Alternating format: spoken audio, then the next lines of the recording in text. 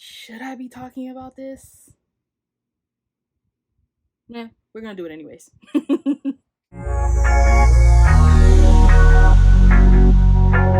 I'm Crystal. Welcome and welcome back. It's been a minute. We're gonna talk about the books I DNF'd in 2023 and probably some books that I should have DNF'd and didn't. Welcome. All right, I'm not gonna lie, I had to write these down because I forget. I only really remember the books that I do like, unless I really didn't like it, which there is one on here that I didn't, and that's part of my books I should have DNF'd but didn't. In 2024, we're gonna try to be a lot better with DNFing, but let's get into it. Top of the year, it was probably one of my first DNFs of 2023, which was Tangled and Tinsel by 𝘚𝘪𝘯𝘭𝘺. I think that's how you say their name. This book, again, this is my opinion, okay, on all of these that I'm going to talk about. This book was awful. I did not enjoy it. From my understanding, I believe this was the author's first Why Choose Reverse Harem type book, and it really showed. There's a talent in having multiple people in a relationship and each of them standing out and not seeming like the same person, and I don't think that was done well here. I DNF'd it the first, I really only got 10% in, and then I started skimming to see if maybe things got better, and it didn't. I was trying to see if maybe the spicy scenes would try to grab me back. They did not.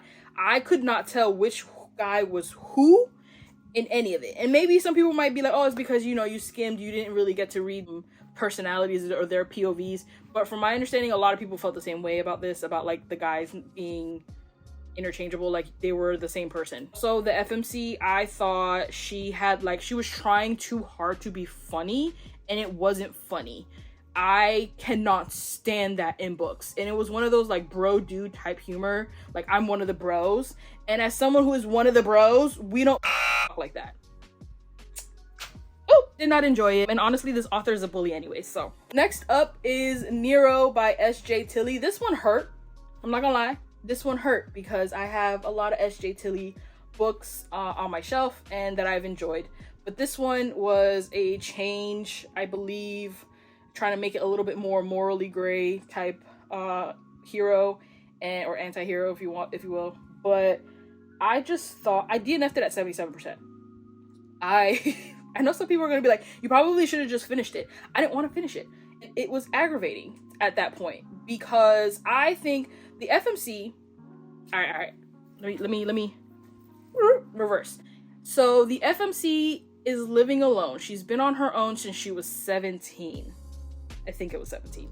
I can't remember how old she was in the book, but I think she was mid to late 20s, if I'm not mistaken. It is an age gap, so he's older. I think is he in his 40s? I'm not sure. And they first meet where she's in her apartment. Mind you, she lives on the second floor. She's in her apartment. He comes in through her patio or balcony door, should I say. She left it unlocked. She was laying on the couch taking a nap, and some random dude just comes in. I don't know about y'all. But as a single female living alone, you know not to leave doors unlocked. Unfortunately, that is the States. I want to say in America, but I think anywhere in the world, you just don't do that. So I was like, you know what? We're gonna try to suspend, reality here. We're gonna try to. It's make believe. Don't try to apply real world things to it, right? Fast forward a little bit, he starts becoming obsessed with her and wants to be with her. Personally, side note, if you're big, bad, and bougie in the mafia world or criminal organization, and your main thing is, I need to hide you for your own protection, you ain't bad and bougie. Maybe that's just me. I'm just over the it's for your own good trope, and it hurts someone's emotional being. Physically, they're probably okay, but emotionally, you're messing with their head. That's just me. That's just, the more I read, the more I realize that I'm just not into the it's for your own good trope. So that was what was going on here. He was just basically in public pretending he didn't know her, and she was just kind of like her feelings were hurt, but she was going along with it because he was I'm in important business, and my enemies can harm you. And she's like, okay, I don't want to be harmed. Oh no. But anyways, then fast forward to, after, you know, one of the spicy scenes, he leaves, she finds an envelope in her apartment for his birthday party. She's like, he didn't mention anything. I didn't even know it was his birthday, but he must have left this for me. I'm gonna go. She goes to this birthday party. We're getting close to when I DNF'd it.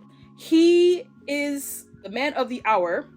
He has someone else as his date. Like you know, she's very beautiful. She sees that, her feelings get hurt. He, again, pretends he doesn't know her. So her feelings are hurt, and she's like, you know what? F this, I'm out of here. I'm leaving. I need to leave, like, the state, because, you know, he's gonna, you know, I know he's gonna come to the apartment and try to, like, talk me, you know, into forgiving him again, and yada, yada, yada. She goes home, changes, and is like, you know what? Actually, I'm actually a little tired. I'm gonna lay down a little bit.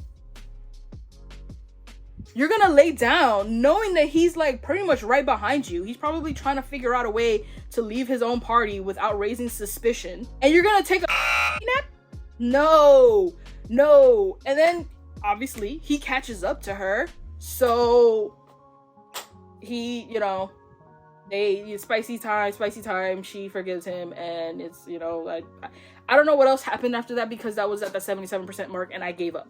I was like, I can no longer suspend belief, because this woman has absolutely no self-preservation, because he's like, I didn't invite you.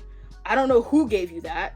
My thing is, again, if he's like, I didn't invite you, I didn't put that, invitation there, I would have been like, oh, so you didn't even want me to go. Oh. I mean, I plan to continue the series. Maybe this book just wasn't for me.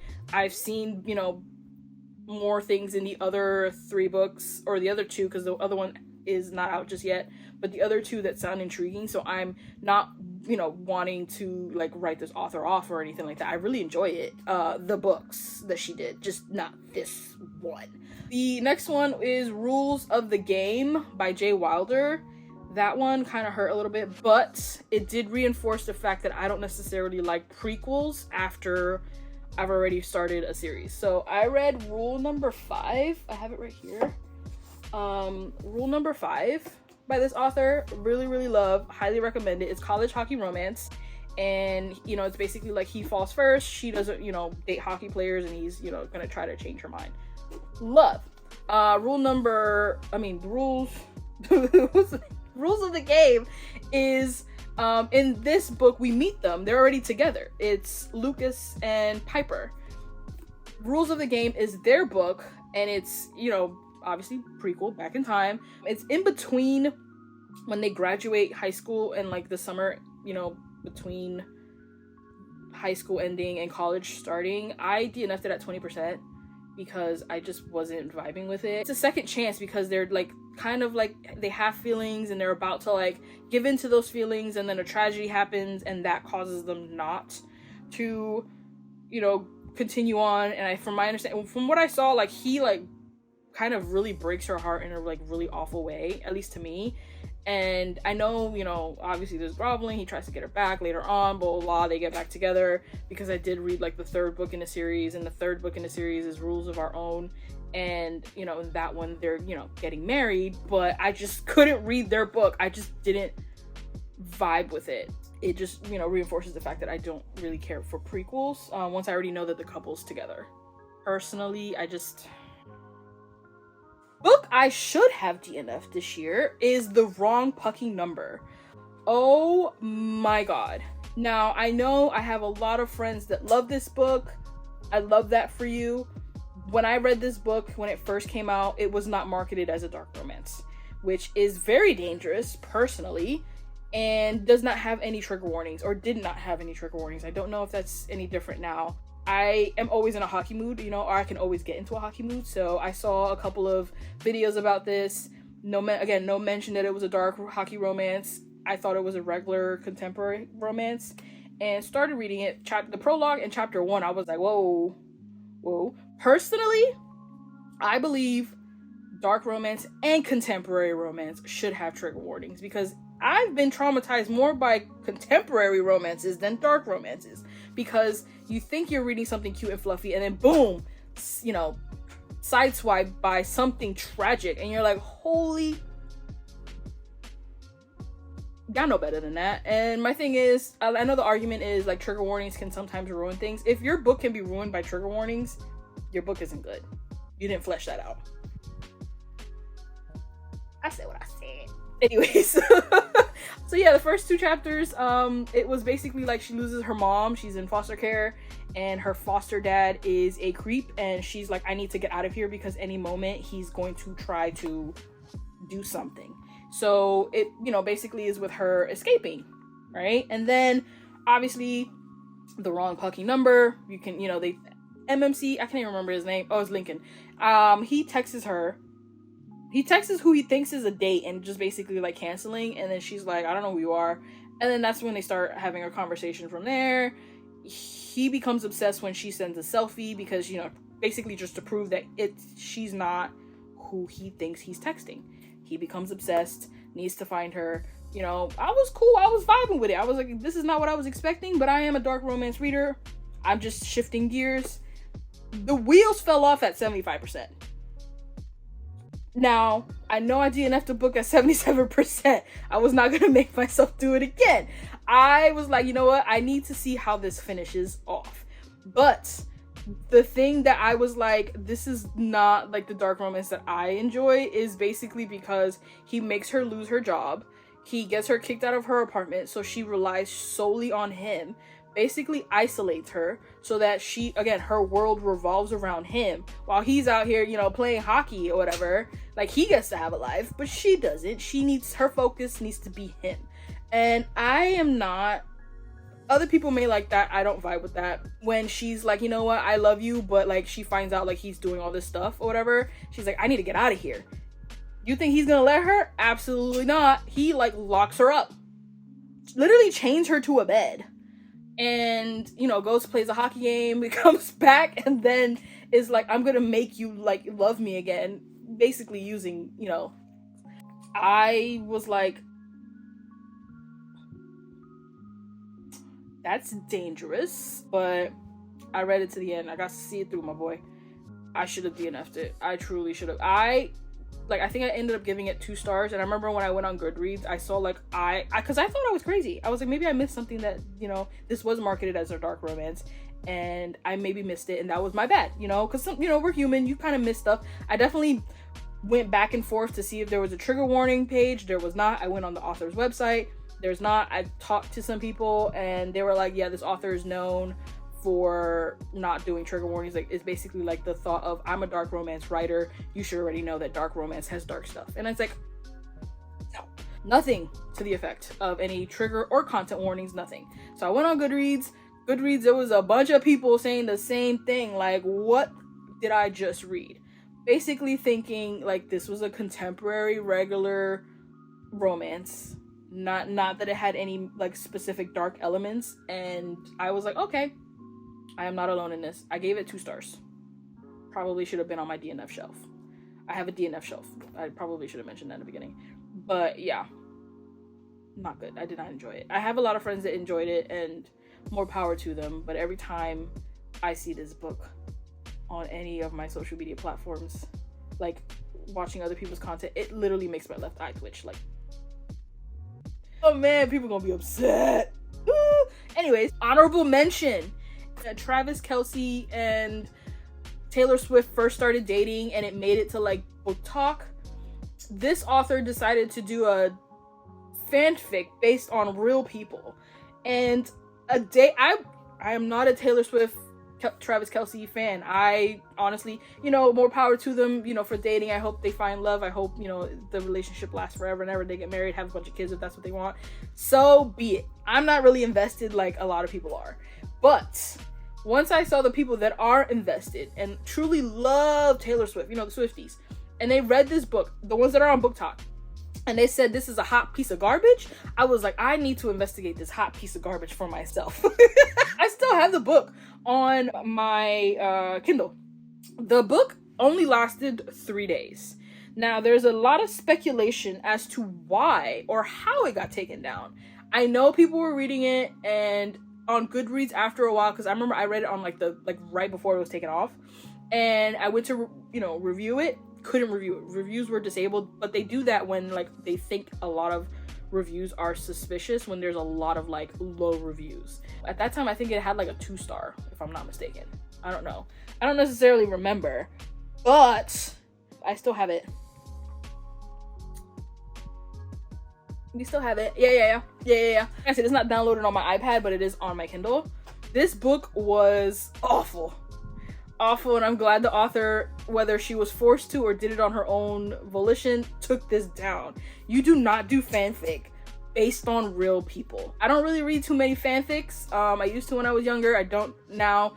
I'm trying to probably get into it again, but you don't do it based on real people and real events. A lot of the things in this book was based on the Kelsey's podcast. Like, she took a lot of that stuff and like twisted it to fit like this little smut novella, because it's not even like a sweet novella, it's just nothing but smut. When you're doing like fanfics on real people, which I don't think you should, but you may want to make it more on the sweeter side than spicy smutty side, and I think that's what this author did wrong. There was a scene, I still remember it, oh my god, there was a scene where they're doing like, it's like spicy time, like I think he's like, I'm not gonna go into specifics about what they're doing, but it's spicy time, and she puts on his helmet, right? Because they're like doing it in the equipment room. All I could think of was this scene in Scary Movie, and I remember posting a TikTok about it because that's all I could think of. Like, did she like just maybe watch Scary Movie and remembered this scene from Brenda putting on this helmet and was like, yeah, that's super sexy? It is not. I don't know, like there's a difference between like wearing the jersey and wearing like a sweaty stinky helmet. Because don't get me wrong, I know the jersey can get smelly, but I don't know, there's just difference. Like when they're doing that, like they're in the equipment room, and then like like there's one point that she's watching his teammates on the other side, and some of them are like half dressed, some of them are undressed because they're, you know, going to the showers. It's a one-way mirror in the little doorway window, so she can see them, they can't see her. No. Yikes. That was an honorable mention because I should have DNF'd it, but I wanted to be in the know and see what everyone else was saying, that this was god awful. After 72 hours, the author like literally scrubbed it from all of their social media, you know, things, and pretended it didn't exist. But to that I say, never forget. Because there's lessons that needed to be learned from this. Do not do this. Okay? I am gonna do a video shortly of my top favorites of 2023, so stay tuned for that. Thank you for watching if you made it all the way to the end, and happy holidays.